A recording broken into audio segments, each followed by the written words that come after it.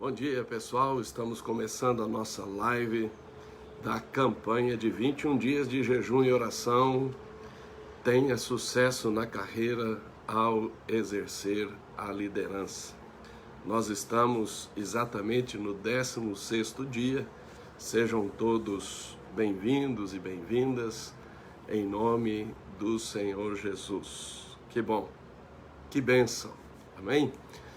Enquanto o pessoal está chegando, queremos reforçar aqui o nosso convite a respeito do Congresso Impacto Profético 2020, que terá como tema Impacto Profético na Era Apostólica. Nós vamos ter um timaço da parte do Senhor para nos ministrar, e nós vamos estar com a apóstola Daniela, o apóstolo Adriano, este que vos fala, também o apóstolo Léo, profetisa Cida Nicolau, o apóstolo Aloísio. Vai estar conosco também a nossa liderança apostólica internacional, o apóstolo Chuck Pierce, também o apóstolo Alan Caron, autor de 2 livros extraordinários sobre centros apostólicos, e também de Israel, de Jerusalém, o casal Martin e Norma Sarves. A Norma foi usada poderosamente pelo Senhor na minha vida, no meu ministério, para romper com o antissemitismo. Eu louvo a Deus pela vida da Norma, e que privilégio, tanto o seu esposo Martin quanto ela, Norma, estarem conosco neste congresso. Vai ser algo tremendo. Inscrição 100% gratuita pelo e-mail contato@ramoestendido.com.br, ok? Para quê? Para que você tenha informações específicas, exclusivas, e também os links das ministrações para você acessar o replay das ministrações por uma semana, também 100% gratuito. Então, não deixe de fazer a sua inscrição, de mobilizar seus contatos para que também façam as inscrições. Vai ser algo tremendo para nós, para todo o Brasil, em nome de Jesus. Que tremendo!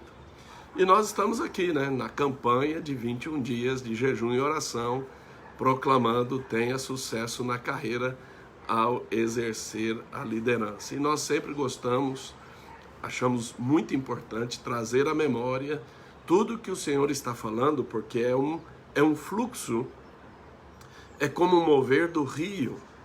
Então, é preciso que nós conectemos uma palavra com a outra, e vamos assim avançando naquilo que o Senhor está falando conosco, para que nós possamos abrir a nossa boca e, como Ezequiel, liberar a palavra de Deus, que transforma poderosamente a nossa realidade.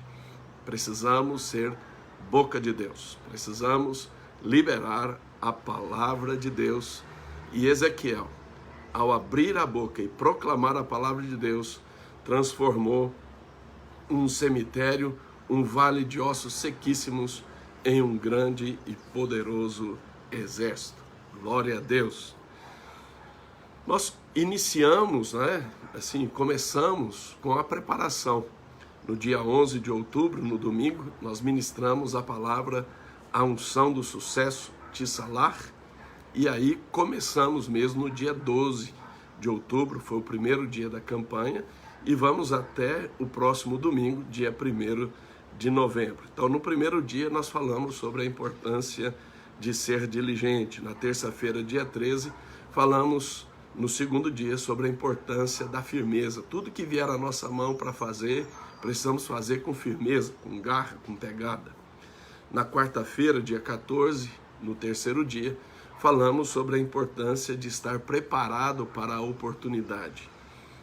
E isto é prudência. Na quinta-feira, dia 15, no quarto dia, falamos sobre a importância de ser convincente. E você é convincente quando você dá resultado, quando você frutifica. Na sexta-feira, dia 16, no quinto dia, falamos sobre a importância da sabedoria, investir em afiar o machado. Quando o machado não está afiado, você precisa forçar, e isso desgasta. A importância da sabedoria.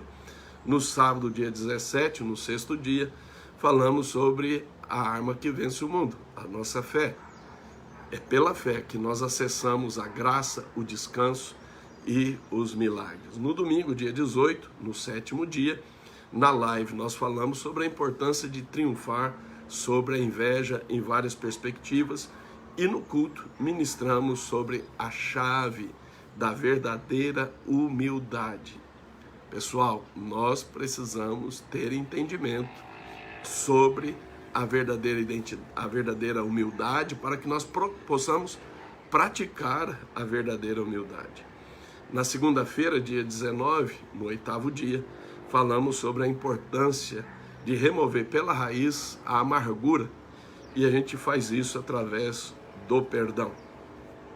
Na quarta-feira, dia 21, no 10º dia, falamos sobre a importância de ser excelente, da excelência. Na quinta-feira, dia 22, no 11º dia, falamos sobre a importância dos dons espirituais. Não podemos negligenciar os dons espirituais. Na sexta-feira, dia 23, falamos sobre a bênção de ser cabeça, de ser líder, de exercer a liderança. Nós não podemos desprezar as bênçãos do Senhor, e uma delas é ser cabeça, é ser líder, é exercer a liderança. No sábado, dia 24, no 13º dia, falamos sobre a importância da visão profética, a visão do futuro. No domingo, dia 25, na live, falamos, no 14º dia, sobre a importância dos planos, das estratégias, ok? Sobretudo, as estratégias divinas. E na segunda-feira, que foi ontem, nós falamos sobre a importância de se exercitar a autoridade, no 15º dia.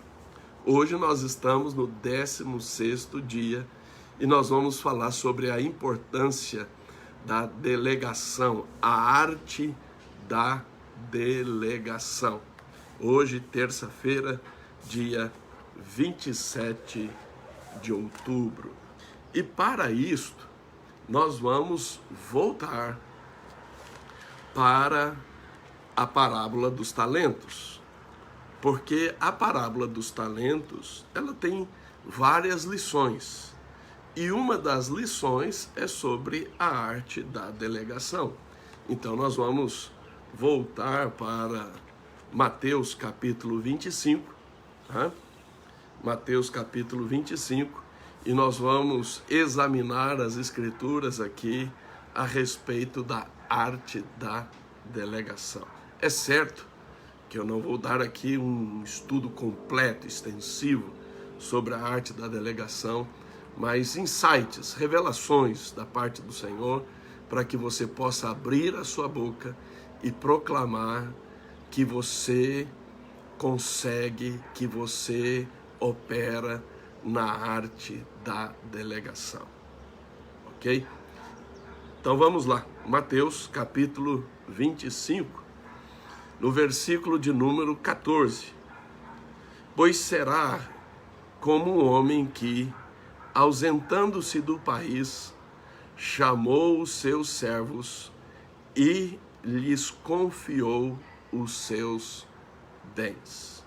Quando nós estamos falando a respeito da arte da delegação, em primeiro plano, é algo que você não vai estar ali presente, executando, realizando. Você vai confiar isto, você vai delegar isto para outras pessoas.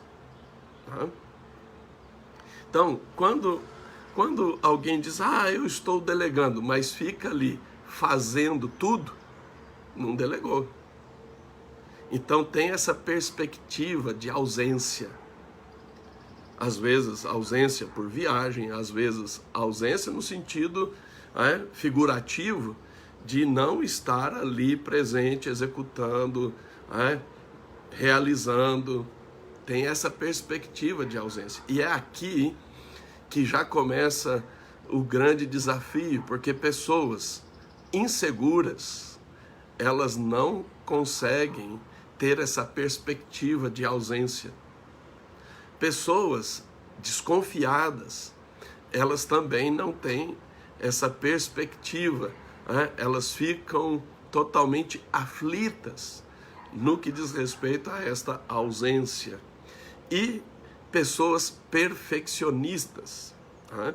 Então, só elas podem fazer e fazer bem feito como tem que ser feito. Então, os três grandes inimigos, há outros, mas os três grandes inimigos da arte da delegação é a insegurança, é a questão da desconfiança e do perfeccionismo. E aí você vai perguntar assim, mas apóstolo, onde fica o medo e o orgulho em tudo isso? Os dois pilares que fundamentam a insegurança, a desconfiança e o perfeccionismo é o medo e o orgulho. Não é medo ou orgulho, é orgulho e medo. Medo e orgulho. Por quê? Porque este homem, ausentando-se, olha essa questão da ausentando-se, chamou os servos e fez o quê? E lhes confiou os seus bens. Quando nós vamos para esta palavra aqui, confiar, não é a palavra relacionada com confiança no sentido de fé. É no sentido de delegação. É a palavra paradidomi. Repete comigo. Paradidomi.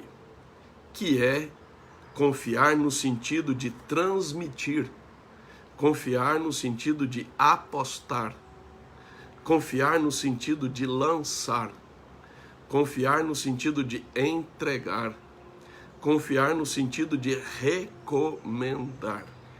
Portanto, nós poderíamos traduzir tranquilamente, pois será como um homem que, ausentando-se do país, chamou os seus servos e lhes delegou os seus bens. Agora, mesmo a palavra paradidomi não ser aquela palavra de confiança no exercício de fé, você só consegue transmitir, apostar, lançar, entregar, recomendar em quem você confia.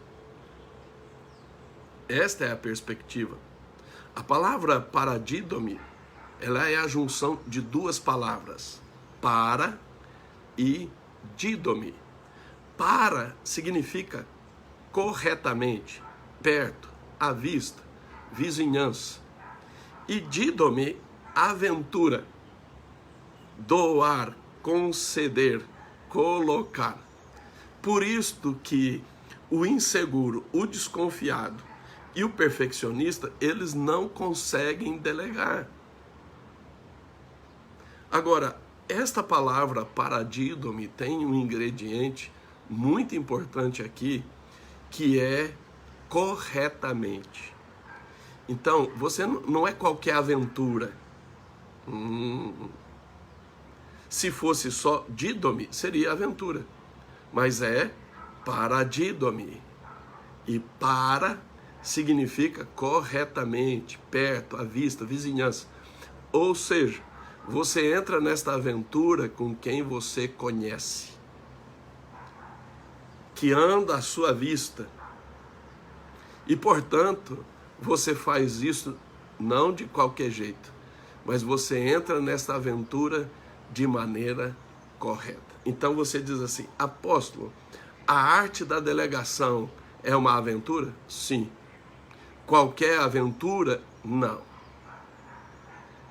Então você precisa ter esta perspectiva de segurança. Por isso, só delega uma pessoa que é segura, então ela precisa ser segura, só delega a pessoa que tem autoconfiança e só delega uma pessoa que não requer perfeccionismo, mas excelência.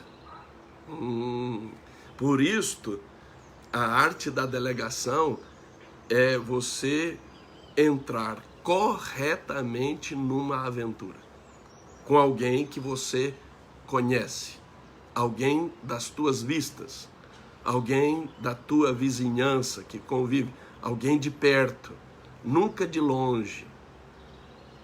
Jamais delegue para quem você não conhece, para quem não convive com você. Então, é um risco bem calculado. Esta é a questão da delegação. Um outro elemento importante da delegação está no versículo 15. A um deu 5 talentos, a outro 2 e a outro 1.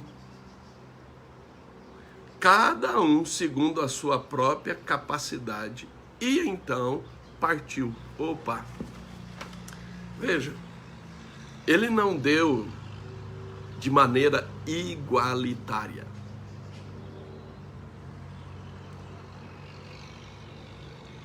Ele delegou de acordo ou na medida da capacidade. Então, nunca delegue uma tarefa e, portanto, poder e autoridade para alguém que não tem capacidade, que não tem habilidade para desempenhar com excelência aquela tarefa. Aquela designação, porque você está apostando na pessoa, você está recomendando aquela pessoa, você está transmitindo a tarefa e o poder e a autoridade para executar e te representar na questão daquela tarefa. Você só não delega a responsabilidade. Tá? E esta palavra capacidade aqui no versículo 15 é dunamis. É a mesma palavra de Atos 1:8, quando Jesus diz: ficai em Jerusalém até que do alto sejais revestidos de poder, de capacitação, de habilitação. Veja como que Jesus foi criterioso na delegação. Ele foi incisivo que os apóstolos, os discípulos, não deveriam querer executar as tarefas, a delegação, sem dunamis. Sem dunamis. E este senhor aqui, na área de negócios, você precisa do dunamis. Não só no ministério, você precisa do dunamis na sua área profissional. Não importa o campo em que você esteja executando, você precisa do dunamis. Nós estamos falando aqui de pessoas que operam na perspectiva do reino de Deus. Dunamis. Então, quem delega é que é responsável por avaliar, por discernir a competência, a capacidade, né? a habilidade daquela pessoa, porque é insensatez você delegar para alguém alguma tarefa e algum poder e autoridade para executar alguma coisa, algum projeto, se você, como quem está delegando, não conhece. E não conhece o quê? A competência, a capacidade, a habilidade que vem do Senhor.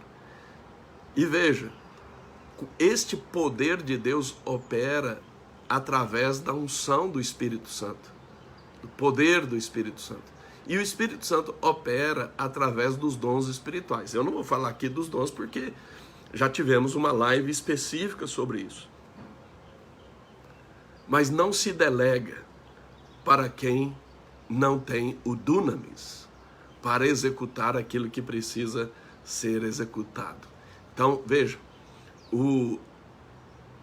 aquele que estava praticando a arte da delegação, este homem, ele foi criterioso. Nós precisamos ser criteriosos. Criteriosos. Por isso que nós não podemos delegar, né, movidos por ansiedade, movidos por cobrança, movidos por acusação, por culpa, movidos por comparação, movidos por competição. Nós precisamos de sabedoria. De sabedoria. Também não vou falar sobre sabedoria, porque nós já falamos aqui sobre a importância de afiar o machado. E o que ocorre? Ocorre que estes que receberam a delegação foram executar a delegação, ok? Então você precisa deixar aquela pessoa que foi delegada trabalhar. E aí, quando chega no versículo de número 19, diz aqui, depois de muito tempo, voltou o senhor daqueles servos e ajustou a conta com eles. Depois de um período de delegação, e aí cada caso é um caso, né? No caso aqui foi muito tempo, mas na sua realidade este tempo vai variar, mas é preciso que após um tempo, e isto, cada caso é um caso, né? Depois de um tempo, vem a questão de ajustar as contas. Tem a questão da supervisão. Você não pode delegar sem supervisão. Eu já errei muito ao longo dos 30 anos, principalmente no início do ministério, porque ou eu não delegava, eu queria fazer tudo, ou quando delegava, não supervisionava. E é interessante que aqui este tempo é cronos, não é kairos. Isto quer dizer o quê? Que é um tempo definido. Não é um tempo qualitativo, é um tempo quantitativo. Então, depois de um tempo, contado, agendado, então este homem veio acertar as contas. Este senhor, este líder, veio acertar as contas. Então, quem delega precisa supervisionar. E isso não é desconfiança. Nós precisamos romper com essa iniquidade cultural de anti-supervisão, de aversão à supervisão. Tanto no sentido de supervisionar, quanto no sentido de ser supervisionado. Então, depois de um período, depois de um tempo, é preciso acertar as contas. E esta palavra aqui, acertar as contas, é sunairo. E sunairo é a palavra calcular. Calcular é exatamente o seguinte: avaliar, fazer as contas. Então, não é algo superficial, filosófico, não, é algo prático. E olha que interessante, a palavra sunairo é a junção de duas palavras, sun e airo. Sun, com ou juntos. Então, o seguinte, há um cálculo, né? Há uma avaliação, há um discernimento, e nós que nos movemos no reino, não é simplesmente qualquer discernimento, qualquer cálculo, qualquer avaliação, precisa ser um discernimento espiritual, porque 1 Coríntios 2, lá no versículo 15, o homem, a mulher, a pessoa espiritual discerne todas as coisas. E a palavra sun é com ou juntos. E airo é levantar, é tirar. Ou seja, nada fica oculto. Tudo, absolutamente tudo é levantado, é questionado, é verificado nos detalhes. Nos detalhes. Então não é no tapa. Quando se faz a supervisão, precisa fazer a supervisão e fazer de tal maneira que aquele que recebeu a delegação esteja recebendo o feedback. E foi isso que aconteceu com o que recebeu 5, com o que recebeu 2, com o que recebeu 1. Então é extremamente importante a supervisão em conjunto com o que foi delegado e levantar. É igualzinho levantar âncora. Essa é a simbologia da palavra. Tá? Então é algo calculado, avaliado, discernido espiritualmente, levantado todos os dados, questionado todas as questões. Ok? E isto é extremamente importante. Por isso que quando você delega, é fundamental estabelecer 3 questões chaves para entregar para quem está recebendo a delegação. Primeiro, o plano de trabalho mínimo requerido. O que está recebendo, a pessoa que está recebendo a delegação, pode usar da criatividade, da iniciativa, mas quem está delegando precisa estabelecer um plano mínimo, as diretrizes básicas. Segundo, os processos. Quem está recebendo a delegação pode usar a criatividade, ser proativo? Deve. Nós já falamos sobre isso aqui. Mas precisa passar as diretrizes básicas. E terceiro, não só o plano, os processos, mas os protocolos básicos. Porque se você não passar os protocolos, que muitos chamam de rotina, a apóstola Daniela gosta de chamar isso de rotina, outros chamam de checklist diário.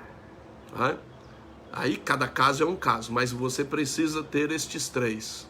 O plano de trabalho, os processos a serem executados e os protocolos. Lógico, básico. É como que o leito de um rio. Quem recebe a delegação pode aprofundar, não sair desses limites. O plano de trabalho, os processos e os protocolos, eles estabelecem fronteiras. Agora, dentro das fronteiras, é aí que quem recebe a delegação precisa exercer a sua criatividade, exercer a sua proatividade. E por fim, vem o quê? Vamos lá. Versículos 21 e 22. Vamos lá. Disse-lhe o Senhor: muito bem, servo bom e fiel. Foste fiel no pouco, sobre o muito te colocarei, entra no gozo do teu Senhor. E o versículo 23, não 22, 23. Disse-lhe o Senhor: muito bem, servo bom e fiel. Foste fiel no pouco, sobre o muito te colocarei, entra no gozo do teu Senhor. E vamos para o versículo 26. Respondeu-lhe, porém, o Senhor: servo mau e negligente. Sabias que ceifo onde não semeei e junto onde não espalhei, cumpria, portanto, que entregasse o meu dinheiro aos banqueiros, e eu, ao voltar, receberia com juros o que é meu. Tirai-lhe, pois, o talento e dai-o ao que tem 10. Uau! O último ponto da delegação é a recompensa. Toda delegação precisa concluir com recompensa. Toda delegação. E esta delegação esta recompensa tem 2 perspectivas. Para quem cumpriu com excelência a delegação, produzindo os resultados de acordo com a sua habilidade, recebem elogio. Servo bom e fiel. Que maravilha. E o que foi negligente recebe a repreensão. Servo mau e negligente. Então, é importante que nós estejamos tendo esta clareza, e isto faz parte da autoridade. Eu não falei sobre isso ontem, porque eu iria falar hoje. Em Romanos, capítulo 13, que é um texto de fundamento sobre a autoridade, e você só pode delegar naquilo que você tem responsabilidade e autoridade. Veja o que está em Romanos capítulo 13, versículo 3 em diante.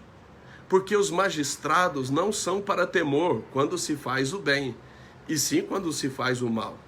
Queres tu não temer a autoridade, faze o bem e terás o louvor dela, visto que a autoridade é ministro de Deus para o teu bem. Então, faz o que é certo, executa a delegação com excelência, com resultado convincente, com excelência, recebe o louvor, recebe o elogio. Agora, veja o que está em seguida aqui. Entretanto, se fizeres o mal, teme, porque não é sem motivo que ela traz a espada, pois é ministro de Deus, vingador para castigar o que pratica o mal. Então, faz parte da autoridade a arte da delegação, e na arte da delegação, você conclui a delegação com recompensa. Louvor ou espada, elogio ou repreensão. Esse é o primeiro aspecto. O segundo aspecto da recompensa que nós encontramos aqui, nos versículos 21, 23 e 26, é o aumento ou a diminuição de delegação. Então, aqueles que concluíram com excelência, com produtividade, de maneira adequada a delegação, que foram fiéis e bons, eles vão o quê? Vão entrar no gozo do seu Senhor e vão ter um acréscimo. Ou seja, você pode delegar mais coisas, ampliar a dimensão de delegação sobre essa. E veja, o senhor aqui, este líder, ele aumenta a delegação para quem tinha 5 e recebeu mais 5 e conquistou mais 5. Isto quer dizer o quê? Que você aumenta a delegação para quem é mais frutífero. Então, irmãos, irmãs, a Bíblia não é nada romântica. Esse romantismo, dessa pureza filosófica grega, não, é muito prático. É muito prático. E aqui você tem uma aula. E aí você me pergunta, mas apóstolo, aonde que estava o problema daquela pessoa que praticou o mal, que foi um servo mau, negligente? Aonde que estava a perspectiva? Se quem delegou conhecia e sabia que ele tinha capacidade para receber um talento e ser produtivo em cima daquele um talento. O problema estava na sua mentalidade, no seu padrão de raciocínio, nos seus conceitos e crenças. E há muitos conceitos e crenças, paradigmas mentais que sabotam aquelas pessoas que receberam delegação. Mas uma delas é a questão de que quem delega e supervisiona, ajusta as contas, é rigoroso, é muito exigente. Deixa eu te dizer, se você tem essa perspectiva de mentalidade, de raciocínio, você precisa colocar ordem no seu raciocínio. Porque quem delega, se não ajustar a conta com você, ele é que é negligente. Então, muito cuidado para delegar pessoas que sempre estão dizendo que você é rigoroso, que você é rigorosa, que você é exigente. Porque você sabe que essa pessoa não terá a atitude correspondente ela não corresponderá à delegação que ela está recebendo. Então vamos abrir a nossa boca e vamos proclamar que o Senhor nos dá graça e sabedoria na delegação. Amém? Em nome de Jesus. Nós precisamos delegar corretamente e nós precisamos receber a delegação e termos atitudes corretas para correspondermos à delegação que nos foi confiada. Que você abra a sua boca e que você seja boca de Deus, em nome de Jesus. Um grande abraço.